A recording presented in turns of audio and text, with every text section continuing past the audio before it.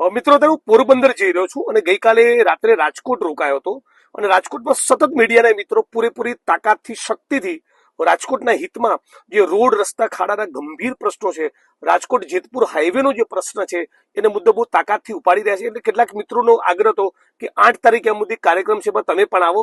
મેં કીધું ચોક્કસ હું આવીશ, પણ એની પૂર્વે મને જરા એક આંટો મારો, હું જરા પરિસ્થિતિ જોતો આવું. અને જે મેં દ્રશ્ય જોયા છે, આપણને લાગે કે મ્યુનિસિપલ કોર્પોરેશનની કચેરીને તાળું મારી દેવું જોઈએ. આટલું ખાડે ગયેલું તંત્ર એ કોઈ પણ સંજોગોમાં સાંખી લેવાય.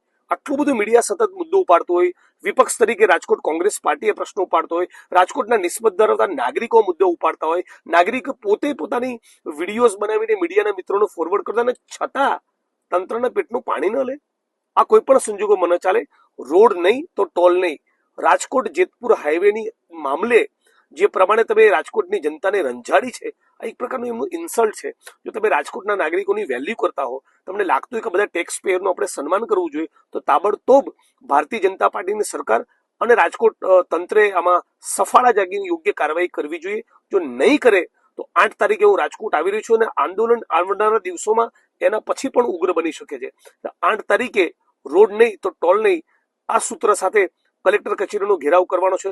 આ તમામ રાજકોટ વાસીઓને અપીલ કરું છું કે અગ્નિકાંડના પીડિતો માટે આપણે બધા જ જ્ઞાતિ, ધર્મ, રાજકીય પક્ષો બધું મૂકીને એક નાગરિક તરીકે, એક રાજકોટ વાસી તરીકે લડ્યા અને અમે લોકો પણ એમાં જોડાયા હતા.